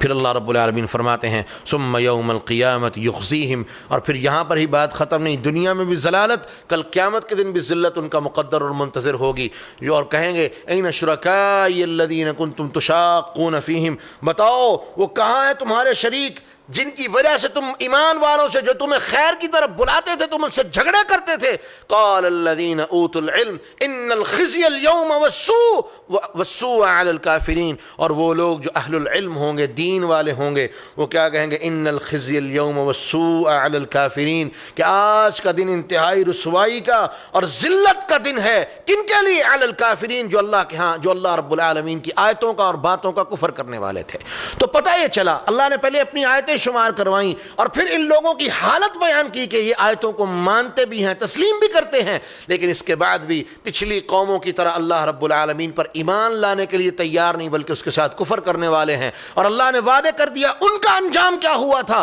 وہ بھی تم جانتے ہو، تمہارا انجام بھی یہی ہوگا، اور کل قیامت کے دن تم دونوں کا انجام ایک جیسا ہوگا اور جہنم کا ایندھن بنا دیے جاؤ گے۔ اس کے بعد اللہ رب العالمین فرماتے ہیں دو گروہ ہیں، ایک گروہ وہ الذین تتوفاہم الملائکۃ ظالمی انفسہم فألقوا السلام ما كنا نعمل من سوء بلا ان اللہ علیم بما کنتم تعملون ادخلوا، ایک وہ گروہ ہے جن کو فرشتے ان کی روحوں کو قبض کریں گے، یہ وہ گروہ ہے جو اللہ کی نافرمانی کرنے والا تھا، جہنم ان کا مقدر ہوگا۔ اور دوسرا وہ گروہ ہے الذین تتوفاہم الملائکۃ الطیبین یقولون سلام علیکم ادخلوا الجنۃ بما کنتم تعملون، دوسرا وہ گروہ ہوگا جو طیب لوگ ہوں گے، نیک لوگ ہوں گے، پاک لوگ ہوں گے۔ اللہ رب العالمین کو طیب، پاک، اچھے، پاکیزہ لوگ کہہ رہا ہے، ایمان والو تم پاکیزہ ہو، اللہ تمہیں پاکیزہ اور طیب کہہ رہا ہے۔ کتنا بڑا انعام اور اعزاز ہے جو مالک تمہیں عطا کر رہا ہے۔ تو اللہ رب العالمین فرماتے ہیں یقولون، فرشتے ان کی روحوں کو قبض کرتے ہوئے کہیں گے سلام علیکم، تمہارے اوپر سلامتی ہو، ادخلوا الجنۃ بما کنتم تعملون، اللہ نے تمہیں تمہارے اعمال کا بدلہ یہ دیا ہے کہ یہ جنت تمہاری منتظر ہے۔ اس کے بعد اللہ رب العالمین بیان فرماتے ہیں وَلَقَدْ بَعَثْنَا فِي كُلِّ أُمَّةٍ رَسُولًا أَنِ اعْبُدُوا اللَّهَ، ہر قوم کی طرف جو رسول بھیجا گیا اس رسول کی بعثت کا مقصد، وہ سب کے سب رسولوں کی بعثت کا مقصد جو بنیادی مقصد تھا وہ ایک تھا، وہ کیا تھا؟ ان اعبدوا اللہ، لوگو اللہ کی عبادت کرو۔ توحید کی دعوت ہر نبی کا مشن تھا، ہر نبی کے مشن میں جو کامن چیز تھی وہ توحید تھی۔ بلکہ اگر کہا جائے کہ اللہ رب العالمین نے انبیاء علیہ السلام کو بھیجا ہی صرف لوگوں کو اپنی ذات کا تعارف کروانے کے لیے ہے تو یہ بات بالکل 100% درست اور صحیح ہوگی، کیونکہ اس کے علاوہ ہر چیز کی حیثیت بعد میں ہے، ہر چیز کی حیثیت فانی اور ثانوی ہے۔ اللہ رب العالمین کی توحید اور اس کی ذات کا تعارف اور اس کی ذات پر ایمان، یہی سب کچھ اور اصل ہے، اسی کے اوپر کامیابی کا دار و مدار ہے۔ واجتنبوا الطاغوت، اور طاغوت سے بچ جاؤ، شیطان سے بچ جاؤ۔ تو اللہ رب العالمین فرماتے ہیں فَمِنْهُمْ مَنْ هَدَى اللَّهُ وَمِنْهُمْ مَنْ حَقَّتْ عَلَيْهِمُ الضَّلَالَةُ، کچھ ایسے تھے جن کو اللہ نے ہدایت دے دی اور کچھ ایسے تھے جن کے اوپر اللہ رب العالمین نے ذلت اور رسوائی کو حجت بنا کے قائم کر دیا۔ اس کے بعد اللہ اپنے رسول کو کہتے ہیں ان تحرص علی ہداہم، میرے رسول اگر آپ ان کی ہدایت کے بارے میں حریص ہیں، فإن اللہ لا يهدي من يضل، جو گمراہی کو چن لے، جو گمراہی کے راستے کو اختیار کر دے، اللہ نے اصول بنا دیا، اللہ اس کو کبھی ہدایت نہیں دے گا۔ وما لهم من ناصرین، اور کوئی کسی طرح سے بھی ان کی مدد نہیں کر سکے گا، کوئی سفارشی، کوئی مال، کوئی دولت، کوئی جاہ و جلا، کوئی چیز بھی اللہ رب العالمین کے ہاں ان کی مدد نہیں کر سکے گی۔ اور اس کے بعد اللہ رب العالمین ایمان والوں کے بارے میں بیان فرماتے ہیں، ان کے ایمان کی باتیں کی اور فرمایا والذین ہاجروا فی سبیل اللہ، وہ لوگ جنہوں نے والذین ہاجروا فی اللہ من بعد ما ظلموا، وہ لوگ جن کے اوپر ظلم کیے گئے، تشدد کیے گئے اور ان لوگوں نے اللہ کے لیے ہجرت کر دی۔ تو اللہ رب العالمین فرماتے ہیں ہجرت کرنے کے دو بنیادی فائدے، نمبر ایک لَنُبَوِّيَنَّهُمْ فِي الدُّنْيَا حَسَنَةً، اللہ ان کو دنیا میں بھی بہترین ٹھکانہ عطا فرمائے گا، وَلَأَجْرُ الْآخِرَةِ أَكْبَرُ، اور جو آخرت میں اجر دے گا وہ بہت بڑا ہوگا۔ اور اس آیت کو آپ سامنے رکھ کے وہ رسول اللہ صلی اللہ علیہ وسلم کی جو حدیث ہے انما الاعمال بالنیات، اس کے ساتھ ذرا تقابل کریں، بڑی خوبصورت بات ملے گی۔ ہجرت کا مقصد اگر دنیا ہوگا اللہ پھر دنیا دے دیں گے، ہجرت کا مقصد اگر اس لیے ہوگا امرأۃ یتزوجها کہ اس علاقے میں چلا جاؤں، وہاں مجھے کوئی عورت مل جائے گی، شادی کر لوں گا، گھر بسا لوں گا، اللہ فرماتے ہیں اس کو عورت بھی مل جائے گی، اس کا یہ کام بھی ہو جائے گا۔ لیکن اصل ہجرت جو کامیابی والی ہجرت ہے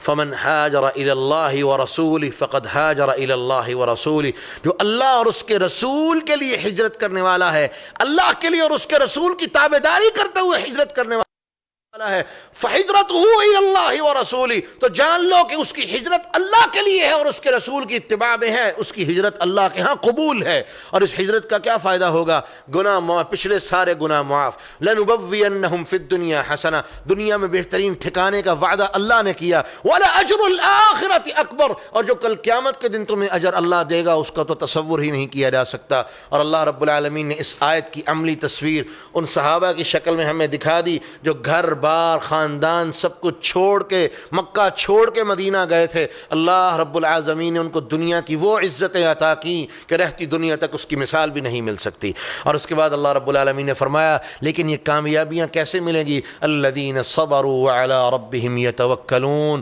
وہ لوگ جو صبر کرنے والے ہوں گے اور اللہ پر توکل کرنے والے ہوں گے ان کو ملے گی۔ وہ لوگ جو صبر کا دامن چھوڑ دیں گے اور اللہ کی ذات پر توکل کرنے والے نہیں ہوں گے وہ کبھی کامیاب نہیں ہو سکتے۔ اور اللہ رب العالمین نے اس کے بعد بیان فرمایا وما ارسلنا من قبلک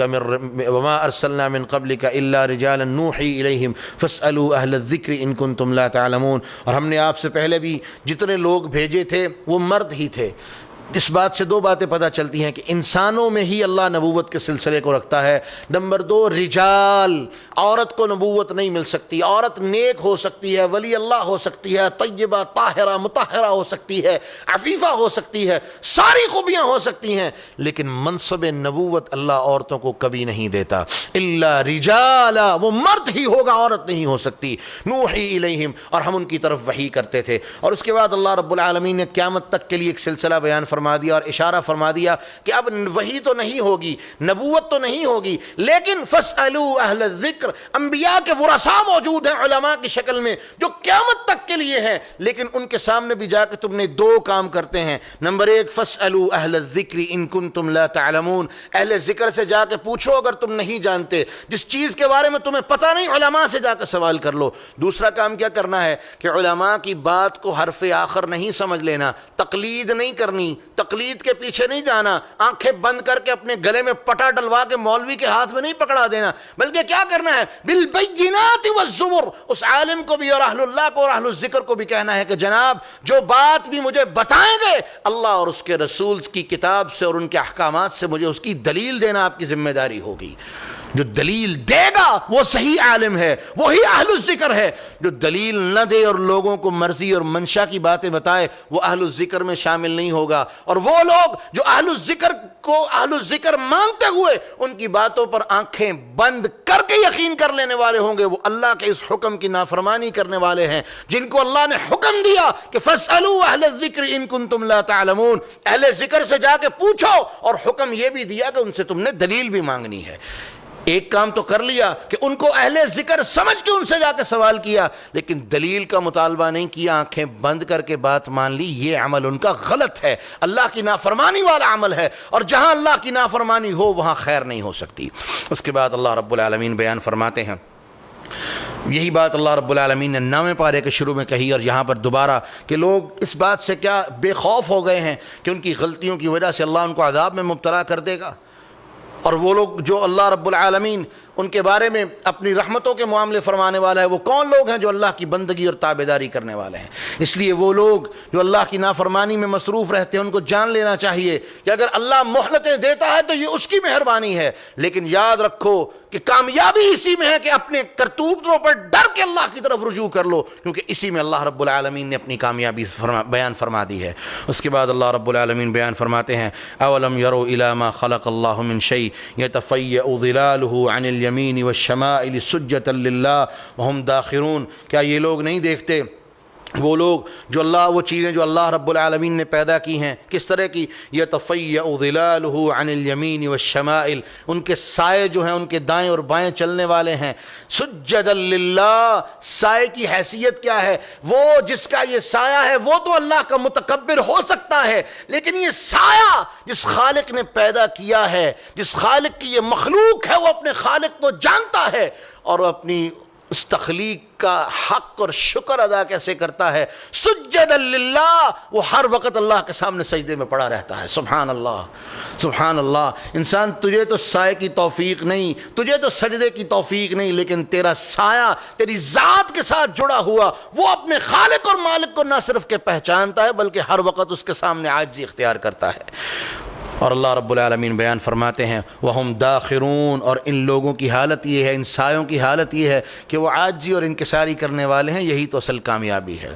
اس کے بعد اللہ رب العالمین بیان فرماتے ہیں وَقَالَ اللَّهُ لَا تَتَّخِذُوا إِلَٰهَيْنِ اثْنَيْنِ، لوگو دو دو الہ نہ بناؤ، تین تین چار چار پانچ پانچ الہ نہ بناؤ. انما هو الہ واحد، جو عبادت کے لائق ہے، حقیقی معبود برحق ہے، حقیقی معبود ہے، سچا معبود ہے، سچا عبادت کے لائق ہے، وہ ایک اللہ ہے، کوئی دوسرا نہ ہے نہ ہو سکتا ہے. اور اس کے بعد اللہ رب العالمین بیان فرماتے ہیں مشرکین کی ایک اور بیماری کے بارے میں اللہ بیان فرماتے ہیں. یہ بیٹیوں سے بڑی نفرت کرتے تھے، فرشتوں کو اللہ کی بیٹیاں کہتے تھے، اور اگر کسی کو بیٹی مل جاتی تو قرآن کہتا اس کی حالت اتنی بری ہو جاتی کہ جیسے اس نے کوئی بہت بڑا گناہ کر لیا ہو. قوم کے اندر وہ اپنے آپ کو انتہائی ذلیل اور حقیر متصور کرتا، حالانکہ بیٹی اللہ کی عطا تھی، اللہ کی رحمت تھی، اللہ نے اسے عطا کی تھی. لیکن اللہ رب العالمین کا یہ طرز عمل بیان کر رہے ہیں کہ بیٹیوں کو یہ اپنے لیے گناہ سمجھتے تھے، اپنے گھر میں بیٹی ہونا ذلت اور رسوائی سمجھتے تھے. آج میرا جسم میری مرضی کا نعرہ لگانے والی عورت، تجھے تیری جیسی عورت اگر وہ ہوتی تو یقیناً یہ ذلت کی بات تھی کہ تیرے جیسی کوئی عورت کسی کے گھر میں پیدا ہوتی جو اللہ کی نافرمان ہوتی، اللہ کی حدوں کو توڑنے والی ہوتی. جبکہ کامیابی کیا تھی کہ مشرکین مکہ تجھ سے اس سے بھی زیادہ بدتر سلوک کرتے تھے. اسلام نے آ کے تجھے گھر کی ملکہ کا رتبہ دیا، تجھے شوہر کی بیوی بنا کے اللہ رب العالمین نے تیرے لیے عزتوں کے وہ رستے پیدا فرما دیے، عزتوں کے وہ رکھوالے تجھے عطا کر دیے. جب تو اللہ کی عطا پر راضی نہیں ہے تو پھر سن لے، تیرا مقام یہی ہے کہ تو ذلیل ہو اور ذلیل ترین ہو، اور معاشرہ تجھے ذلیل ترین اور گندہ ترین سمجھتے ہوئے ذلیل و رسوا کرے، اور اسی رسوائی میں تو اللہ کے پاس چلی جائے اور جا کے اپنے کرتوتوں کا جواب دے. تیرا انجام یہی ہے. وگرنہ اسلام نے جو عزت تجھے دی رہتی دنیا میں نہ اس کی مثال تھی، نہ قیامت تک کے لیے کوئی مثال دینے والا ہوگا. اس کے بعد اللہ رب العالمین بیان فرماتے ہیں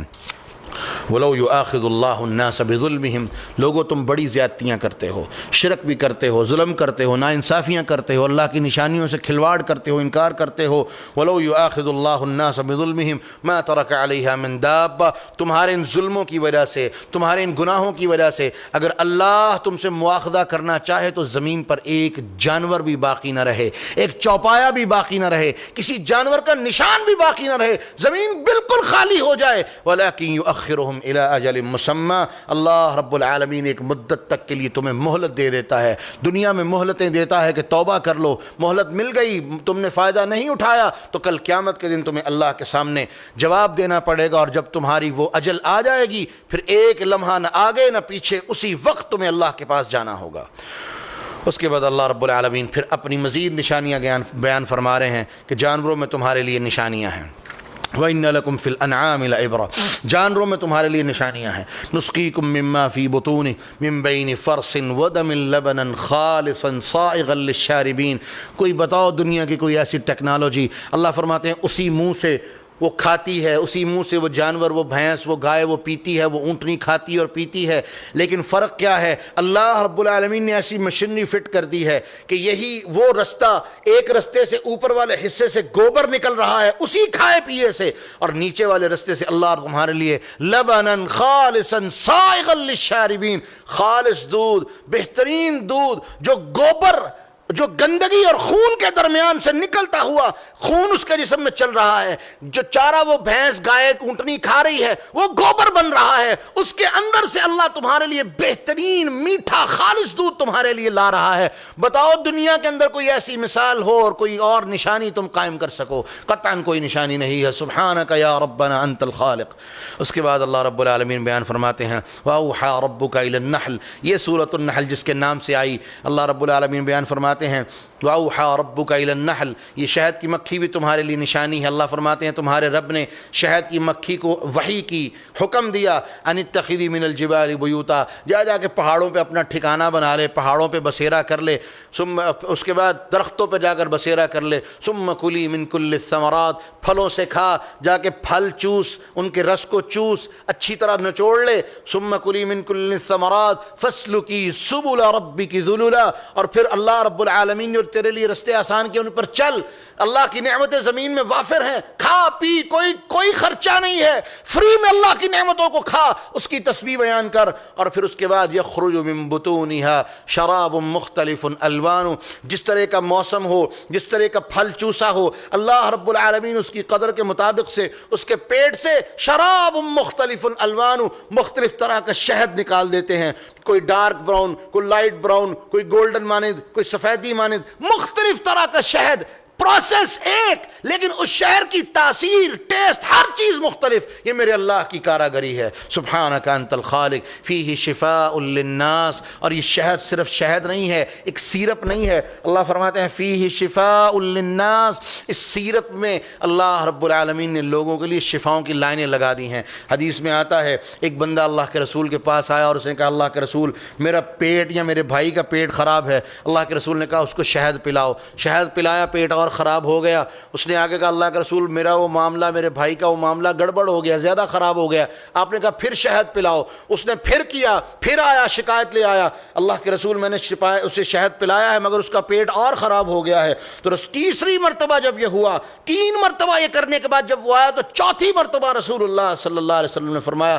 صدق اللہ، میرے اللہ نے سچ کہا ہے، وَكَذَبَ بَطْنُ أَخِيكَ، تیرا یا تیرے بھائی کا جو پیٹ ہے وہ جھوٹا ہے۔ عشقہ اصلا، عشقہ اصلا، اس کو شہد پلا، جا کے شہد پلا۔ وہ صحابی کہتا ہے جب چوتھی دفعہ میں نے اس کو شہد پلایا، اللہ رب العالمین نے اپنی رحمت سے اسے شفائیں دے دی۔ اللہ نے شفا رکھی ہے، لیکن شفا کے لیے بھی صبر اور یقین ہونا ضروری ہے۔ اس کے بعد اللہ رب العالمین بیان فرماتے ہیں واللہ جعل لکم من انفسکم ازواجا، اللہ نے ایک اور نشانی بیان کر دی، اللہ وہ ذات ہے جس نے تمہارے جوڑے بنائے ہیں۔ وجعل لکم من ازواجکم بنین وحفدا، پھر ان جوڑوں سے پھر اللہ نے تمہیں بیویاں عطا کی، پوتے عطا کیے، بچے عطا کیے، ایک نسل پوری اللہ رب العالمین نے چلا دی۔ ورزقکم من الطیبات، یہ سارا سلسلہ ایک میاں بیوی سے سلسلہ چلا، پھر خاندان، نسلیں، بچے۔ سیدنا انس رضی اللہ عنہ جن کو اللہ کے رسول نے دعا کی تھی اللہ اس کے مال میں برکت دے اور اس کی اولاد میں برکت دے، سیدنا انس کہتے ہیں اللہ نے مجھے اتنی اولاد دی کہ مجھے اپنی اولاد کے نام بھی یاد نہیں رہتے تھے۔ یہ کون دینے والا ہے؟ وہ اللہ۔ 2 سے سلسلہ شروع ہوتا ہوتا پھر ہزاروں تک، لاکھوں تک پھیلا۔ وہ آدم اور حوا سے سلسلہ چلا، اربوں لوگ دنیا میں آ چکے ہیں اور قیامت تک آنے ہیں، وہ 2 ہی کی اولاد ہے۔ اور اللہ رب العالمین فرماتے ہیں افبالباطل یؤمنون، کیا تم باطل پر ایمان لاتے ہو؟ وبنعمت اللہ یکفرون، اور اللہ کی نعمتوں کا انکار کرتے ہو؟ جان لو انکار کرنے والے کی سزا بہت بری ہے۔ اور اس کے بعد اللہ رب العالمین نے 2 مثالیں بیان کی۔ اللہ شرک اور مشرکین کے بارے میں اللہ نے 2 مثالیں بیان کی۔ ضرب اللہ مثلا عبد مملوکا، ایک بندہ غلام ہے، نوکر ہے، لا يقدر على شيء مما رزقناه منا رزقا حسنا، اللہ رب العالمین فرماتے ہیں کسی چیز کی اس کے اندر طاقت نہیں، اس کا مالک اس کو دے گا تو کھائے گا، اس کا مالک دے گا تو پیے گا، اور اچھا ہوگا تو اس میں سے کچھ بچا کے اللہ کے رستے میں خرچ کر دے گا۔ هل يستوون، کیا خالق جو مالک دینے والا ہے اور وہ مملوک جو کھانے والا ہے دونوں برابر ہو سکتے ہیں؟ قطعا نہیں، برابری نہیں ہو سکتی۔ وہ خالق دینے والا، ہم اس کے بندے اور مملوک اور فقیر، ہمیں وہ عطا کرتا ہے، ہم کھاتے ہیں، کیا ہم برابر ہو سکتے ہیں؟ اس اللہ کی برابری کر سکتے ہیں؟ نہیں کر سکتے۔ پھر اللہ فرماتے ہیں ضرب اللہ مثل الرجلین، اللہ 2 بندوں کی مثال بیان کرتا ہے، احدہما ابکم لا یقدر علی شیء، ایک بندہ جو ہے وہ ابکم ہے۔ ابکم کسے کہتے ہیں؟ وہ بندہ جو گونگا اور بہرا ہو، لا یقدر علی شیء، بولنے کی طاقت نہیں رکھتا، وہو کل علی مولا اینما یوجہ لا یاتی بخیر، وہ اپنے مالک پر ایک بوجھ ہے، جہاں بھی اس کا مالک اس کو بھیجتا ہے وہ اپنی بات ہی نہیں سمجھا سکتا، اپنی بات کسی کو بتا نہیں سکتا، سنا نہیں سکتا۔ لا یاتی بخیر، وہ جب بھی جہاں بھی جاتا ہے نہیں لے کے آتا، مگر خیر نام کی کوئی چیز وہ لے کے نہیں لے آتا۔ هل یستوی هو ومن یأمر بالعدل وهو علی صراط مستقیم، کیا وہ بندہ اور وہ بندہ جو عدل اور انصاف کی بات کرنے والا ہو، کیا یہ دونوں برابر ہو سکتے ہیں؟ قطعا نہیں۔ کیا ایک گونگا بہرا اندھا جس کو بولنے کی طاقت اللہ دے اور اس کو جس کو اللہ طاقت نہ دے، کیا یہ دونوں آپس میں برابر ہو سکتے ہیں؟ قطعا نہیں۔ وہ اللہ مالک خالق عطا کرنے والا، وہی اللہ مالک چھیننے والا۔ تم کس طرح اللہ کو چھوڑ کے غیروں کی طرف جاتے ہو جو کسی چیز کے بھی مالک نہیں، کسی چیز پر بھی قدرت رکھنے والے نہیں؟ میں اللہ اپنی نشانیاں بتا رہا ہوں اور تم میری نشانیوں پر یقین نہیں کرتے۔ اس کے بعد اللہ رب العالمین بیان فرماتے ہیں واللہ اخرجکم من بطون امہاتکم لا تعلمون شیئا، تم اپنی ماؤں کے پیٹوں سے نکلے تھے تو کچھ نہیں جانتے تھے، میں اللہ ہی تھا جس نے تمہیں آنکھیں دی، کان دیے، بصارت دی اور تمہیں دل دیا، سوچنے والا سمجھنے والا دل دیا تاکہ تم شکر کرو، لیکن تم شکر کرنے والے نہیں ہو۔ اور اس کے بعد اللہ رب العالمین بیان فرماتے ہیں واللہ جعل لکم من بیوتکم سکنا، وہ اللہ ہے جس نے تمہیں رہنے کے لیے گھر دیے، جس نے تمہیں رہنے کے لیے طرح طرح کی آسائشیں فراہم کی، یہ اللہ ہی ہے جو تمہیں دینے والا ہے۔ پھر فرماتے ہیں واللہ جعل لکم مما خلق ظلالا، اللہ وہ ذات ہے جس نے تمہارے لیے پیدا کردہ چیزوں کے سائے بنائے۔ ان سایوں کا مقصد کیا ہے؟ تاکہ تم سائے میں بیٹھ کے سکون حاصل کر سکو، سائے میں بیٹھ کے اپنی تھکاوٹ کو دور کر سکو۔ یہ ساری کی ساری نعمتیں اللہ رب العالمین نے تمہارے لیے بیان کی ہیں، واضح کی ہیں، اور اللہ فرماتے ہیں یعرفون نعمت اللہ، اور پھر یہ لوگ بھی ایسے نہیں کہ اللہ کی نعمتوں کو پہچانتے نہیں، اللہ کی نعمتوں کو پہچانتے ہیں، ثم ینکرونہا، لیکن حقیقت میں اس کو مانتے نہیں، ایمان نہیں لاتے، بلکہ ان پر انکار کر دیتے ہیں کہ نہیں یہ تو اس طرح ہوتا ہے تو ہوتا ہے، یوں ہوتا ہے تو ہوتا ہے۔ اللہ پر ایمان نہیں لاتے بلکہ اللہ کی نعمتوں کو یقین سے دیکھتے ہوئے مانتے بھی ہیں، لیکن ایمان نہیں لاتے بلکہ اللہ کی نعمتوں کی ناشکری کرنے شروع کر دیتے ہیں۔ اس کے بعد اللہ رب العالمین بیان فرماتے ہیں ان اللہ یأمرکم بالعدل والاحسان، لوگو اللہ تمہیں حکم دیتا ہے کہ عدل اور انصاف کرو، احسان کرو، نیکی کا کام کرو، وایتاء ذی القربی، قریبی رشتہ داروں کو دو، وینہی عن الفحشاء والمنکر، برائی اور بے حیائی کے کاموں سے اللہ تمہیں رکنے کا حکم دیتا ہے، والبغی، اور بغاوت والے کام، اللہ کی حدوں کو توڑنے والے کام، سرکشی کے کام اللہ تمہیں ان سے منع کرتا ہے، یعظکم لعلکم تذکرون، اور یہ ساری نصیحتیں اس لیے ہے تاکہ تم نصیحت پکڑو اور کامیاب ہو جاؤ۔ اور اللہ رب العالمین نے فرمایا ایک مثال دی، اللہ رب العالمین فرماتے ہیں وَلَا تَكُونُوا كَالَّتِي نَكَثَتْ غَزْلَهَا مِن بَعْدِ قُوَّةٍ أَنْكَاثًا، اس عورت کی طرح نہ ہو جاؤ جو بڑی محنت سے سوت کاٹتی ہے، دھاگا کاٹتی ہے، وہ چرخہ چلاتی ہے، بڑی محنت مشقت سے ٹکڑا ٹکڑا ٹکڑا ٹکڑا جوڑ کے ایک مضبوط دھاگا تیار کرتی ہے، لیکن اپنی ہی بے وقوفی سے پھر اس کو ٹکڑوں میں تقسیم کر کے کاٹ کے اپنی محنت کو برباد کر دیتی ہے۔ اس طرح نہ کرو، اللہ تم پہ اپنی نشانیوں کو دکھا رہا ہے، عطا کر رہا ہے، اس کی نشانیوں کا حق یہ ہے کہ اس کے مالک پر ایمان لاؤ، مگر نہ تمہاری حالت یہی ہوگی کہ نشانیوں سے فائدہ تو بڑا اٹھاؤ گے، دنیا کا فائدہ تو بڑا ملے گا، لیکن قوت ولا تکونوا کاللتی نقضت غزلها، جو اپنے دھاگے کو خود اپنے ہاتھ سے کاٹ دیتی ہے، تمہاری حالت بھی یہی ہوگی کہ تم اس دھاگے کو اور دنیا کی نعمتوں کو اپنے ہاتھ سے برباد کر دینے والے اور کاٹ دینے والے ہوگے۔ اس کے بعد اللہ رب العالمین بیان فرماتے ہیں لوگو تمہیں دنیا کے اوپر بڑی محبت ہے، دنیا کے ساتھ تمہارے دل لگے ہوئے ہیں، لیکن یاد رکھو ما عندکم ینفد، جو تمہارے پاس ہے وہ ختم ہو جانے والا ہے، وما عند اللہ باق، اور جو اللہ رب العالمین کے ہے وہ ہمیشہ ہمیشہ کے لیے باقی رہنے والا ہے۔ اور اللہ رب العالمین بیان فرماتے ہیں اس کے بعد من عمل صالحا من ذکر او انثى وهو مؤمن، جو بندہ ایمان لانے والا ہوگا چاہے وہ عورت ہے یا مرد، لیکن شرط کیا ہے کہ عمل صالحا، نیک عمل کرنے والا ہوگا، فَلَنُحْيِيَنَّهُ حَيَاةً طَيِّبَةً، اللہ کا وعدہ ہے کہ میں اسے ایک بہترین زندگی، پاکیزہ زندگی، بہترین اور عالی شان زندگی عطا کروں گا، وَلَنَجْزِيَنَّهُمْ أَجْرَهُمْ بِأَحْسَنِ مَا كَانُوا يَعْمَلُونَ، اور ان کے اس بہترین عمل کا اجر کل قیامت کو بھی میں بہترین ان کے عمل کا اجر انہیں عطا کروں گا۔ دنیا کی زندگی میں کامیابی کے لیے دو ہی بڑی شرطیں ہیں، ایمان اور عمل صالح۔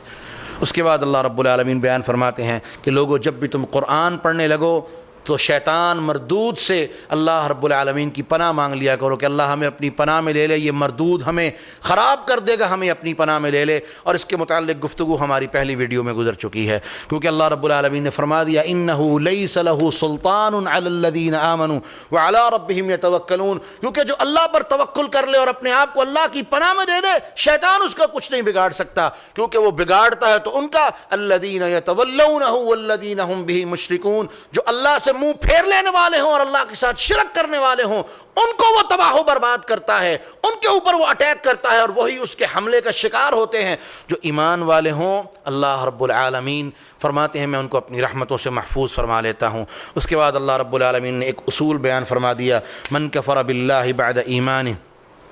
ایک بندہ ہے وہ ایمان لے آیا لیکن کسی وجہ سے اس کو مجبور کر دیا گیا، خاص طور پہ ہمارے وہ بھائی جو انڈیا میں ہیں، مسلمان ہیں، ہندو ان کے اوپر ظلم کر رہے ہیں، تشدد کر رہے ہیں کہ زبان سے ان کے بتوں کے نام لو، ان کی تعریفیں کرو، ان کے بارے میں جملے کہو، لیکن قرآن کہتا ہے کہ جس کو کفر کے لیے مجبور کر دیا گیا من بعد ایمان لانے کے بعد،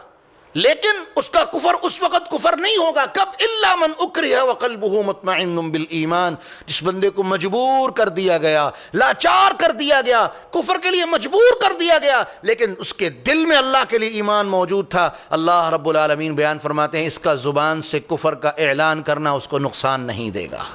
کیونکہ یہ مجبور ہے، اپنے آپ کو بچانا چاہتا ہے، لیکن اگر یہ ثابت قدم رہے اور اللہ کے راستے میں شہید ہو جائے، اللہ رب العالمین نے اس کے لیے بہت بڑے اجر و ثواب اور بہت بڑے انعامات تیار کر رکھے ہیں۔ اللہ رب العالمین بیان فرماتے ہیں وَضَرَبَ اللَّهُ مَثَلًا قَرْيَةً، اس کے بعد اللہ نے ایک بستی کی مثال بیان کی، كَانَتْ آمِنَةً مُطْمَئِنَّةً، ایک بستی وہ ایمان والی تھی، مطمئن تھی، یأتیہا رزقہا رغدا من کل مکان، ہر چیز ہر جگہ سے اللہ رب العالمین ان کو رزق عطا فرما رہے تھے، فکفرت بانعم اللہ، لیکن انہوں نے اللہ کی نعمتوں کی ناشکری کرنا شروع کر دی۔ اللہ نے مثال دی، اللہ کی نعمت کا حق یہ ہے کہ اس سے فائدہ اٹھایا جائے اور اس کا شکر ادا کیا جائے، اس کی بندگی کی جائے، لیکن جب قومیں اللہ کی نعمتوں کا انکار کرنا شروع کر دیں فَأَذَاقَهَا اللَّهُ لِبَاسَ الْجُوعِ وَالْخَوْفِ، پھر اللہ ان کے اوپر دو بڑے عذاب مسلط کرتا ہے، اللہ ان کے اوپر خوف کو مسلط کر دیتا ہے اور اللہ ان کے اوپر بھوک کو مسلط کر دیتا ہے۔ آج دنیا پہ کرونا کی وجہ سے خوف اور بھوک مسلط ہے، کیوں؟ کیونکہ ہم اللہ کی ناشکری کرنے والے اور اس کی نعمتوں کی ناقدری کرنے والے تھے۔ اللہ کا حق تھا کہ وہ ہمیں سزا دے کیونکہ ہم نے جرم کیے ہیں، ہم نے غلطیاں کی ہیں، لیکن یاد رکھو اللہ کا اس سے بڑا حق ہے کہ جب بندے اس سے معافیاں مانگے اللہ معاف کر دے، اس نے وعدہ کیا ہے۔ لوگوں اپنے اللہ کی طرف لوٹ آؤ، اس کی نعمتوں کی ناشکری کی معافی مانگو، اس کی شکر گزاری کرنے والے بن جاؤ، اللہ اپنی رحمتوں کے سلسلے تمہارے اوپر بحال فرما دے گا۔ اس کے بعد اللہ رب العالمین اس سورہ مبارکہ کے آخر پر بیان فرماتے ہیں ثم ان ربک للذین عملوا السوء بجہالہ، پھر وہ لوگ جو جہالت کی وجہ سے کوئی عمل کر گزریں، برا عمل کر لیں، ثم تابوا من بعد ذلك واصلحوا، اور توبہ کر لیں اور اپنی اصلاح کر لیں، تو جان لو اللہ معاف کرنے والا ہے۔ اس کے بعد اللہ رب العالمین بیان فرماتے ہیں ان ابراہیم کان امۃ قانتا للہ حنیفا، بے شک ابراہیم علیہ السلام کان امہ، ایک امت تھے، قانتا للہ، اللہ کے لیے فرما برداری کرنے والے اور یکسوئی کرنے والے تھے، ولم یک من المشرکین، اور ابراہیم مشرک نہیں تھے۔ یہ یہودیوں کو جواب ہے، یہودیوں کی کرتوتوں کا جواب ہے، اور اللہ رب العالمین فرماتے ہیں شاکرا لانعمی، ابراہیم کی ایک خوبی یہ تھی کہ وہ اللہ رب العالمین کی نعمتوں کی انتہا کی شکر گزاری کرنے والے تھے، اسی وجہ سے اجتباہ وہداہ الی صراط مستقیم، ہم نے ان کو چن لیا، ان کی آل کو چن لیا اور صراط مستقیم کے لیے ہدایت دے دی۔ وآتیناہ فی الدنیا حسنہ، ہم نے ابراہیم کو دنیا میں بہترین نعمتیں عطا کی، ان کی اولاد کو بہترین نعمتیں عطا کی، وانہ فی الآخرۃ لمن الصالحین، اور پھر اللہ رب العالمین فرماتے ہیں وہ قیامت کے دن نیک لوگوں میں ہوں گے۔ اور پھر اللہ نے جو اصول بیان کیا وہ کیا؟ ثم اوحینا الیک ان اتبع ملت ابراہیم حنیفا، قیامت تک کے لیے اللہ نے جو ہمیں پیغام دیا ہے وہ یہ کہ ابراہیم کے دین پہ تم نے چلنا ہے، اور یہ بات پہلے گزر چکی ہے کہ ابراہیم کے دین پہ چلنے والے دو ہی لوگ ہیں، ایک وہ جنہوں نے ابراہیم کو دیکھا اور ابراہیم پر ایمان لائے، اور دوسرے وہ یہ جناب محمد الرسول اللہ صلی اللہ علیہ وسلم اور ان کے امتی، یہ ہی صحیح معنوں میں ابراہیم کے دین پہ چلنے والے ہیں۔ تو اللہ رب العالمین بیان فرماتے ہیں لوگوں اسی دین پر چلو گے تو وہ تمام نعمتیں جو اللہ نے ابراہیم اور آل ابراہیم کو دی تھی وہ تمہیں عطا کرے گا۔ اس کے بعد اللہ رب العالمین فرماتے ہیں تبلیغ اور دعوت کا اصول، اور اس صورت کا اختتام اللہ نے اپنے رسول کو کہا کہ ادعو الی سبیل ربک بالحکمہ، اے رسول لوگوں کو میرے رستے کی طرف بڑی حکمت کے ساتھ دعوت دو۔ دعوت کے لیے حکمت بہت ضروری ہے، اور یہ بڑا مفصل مضمون ہے، اس کے اوپر انشاءاللہ گفتگو کریں گے، لیکن اشارتاً یہ کہ دعوت بغیر حکمت کے، اور حکمت وہ چیز جو اس حکمت میں اللہ کی دعوت شامل نہیں، یہ دونوں بیکار ہیں۔ دعوت فائدہ تب دے گی جب حکمت والی ہوگی، اور حکمت اصل میں حکمت تب ہی ہوگی جب اس میں اللہ کے دین کی دعوت ہوگی۔ والموعظۃ الحسنہ، پھر اچھا کلام، اچھی گفتگو، اچھا طرز عمل، اچھا انداز بیاں، یہ بہت بڑا اثر رکھتا ہے۔ وجادلہم باللتی ہی احسن، اور وہ لوگ جو اللہ کی آیتوں کے ساتھ انکار کرنے والے ہیں، آپ نے ان کے ساتھ اگر لڑائی بھی کرنی ہے تو بڑی اچھے طریقے کے ساتھ، مناظرہ، مجادلہ، مناقشہ مناقشہ بڑے اچھے طریقے کے ساتھ ہوگا، گالی گلوچ نہیں ہوگی، یہ کافروں کا طریقہ ہے، مومنوں کی شان نہیں ہے۔ اور اس کے بعد اللہ رب العالمین بیان فرماتے ہیں وَاصْبِرْ وَمَا صَبْرُكَ إِلَّا بِاللَّهِ، اے میرے رسول صبر کریں، وَمَا صَبْرُكَ إِلَّا بِاللَّهِ، اور جان لے کہ صبر کی توفیق دینے والا وہ اللہ ہی ہے۔ وَلَا تَحْزَنْ عَلَيْهِمْ، اور آپ کو ان کے کفار کے طرز عمل پر پریشان ہونے کی ضرورت نہیں۔ وَلَا تَقْضِ فِي ضَيْقٍ مِّمَّا يَمْكُرُونَ، اور نہ ہی اپنے آپ کو ان کے مکر و فریب کی وجہ سے پریشان کرنے کی یا اپنے سینے کو تنگ کرنے کی ضرورت ہے۔ إِنَّ اللَّهَ مَعَ الَّذِينَ اتَّقَوْا، کیونکہ اللہ آپ کے ساتھ ہے، اور وہ لوگ جو نیکیاں کرنے والے ہیں اللہ ان کے ساتھ ہے، تو آپ کو پریشان ہونے کی کیا ضرورت ہے؟ اس لیے لوگوں جان لیں، یہ اختتام اسی بات پر ہم کرتے ہیں جہاں جو درمیان میں بھی بات آئی، لوگ بڑے بڑے مکر کرنے والے، بڑے بڑے فریب کرنے والے، بڑی بڑی عیاریاں اور مکاریاں کرنے والے، لیکن انسان جب اللہ کے ساتھ جڑ جائے تو کسی مکر کرنے والے کا مکر، کسی فریب کرنے والے کا فریب، کسی دھوکہ دینے والے کا دھوکہ اسے نقصان نہیں دے سکتا، کیونکہ اللہ اس کا محافظ اور اللہ اس کا نگہبان اور اللہ اس کی حفاظت کرنے والا ہوتا ہے۔ تو اللہ رب العالمین سے دعا ہے اللہ رب العزت ہماری بھی حفاظت فرمائے، مکر کرنے والوں کے مکر سے ہمیں محفوظ فرمائے، حاسدوں کے حسد سے، شریروں کے شر سے اللہ ہمیں محفوظ فرمائے، اور سب سے بڑھ کے اللہ ہمیں ہر وقت اپنی حفاظت میں رکھے۔ وآخر دعوانا ان الحمد للہ رب العالمین۔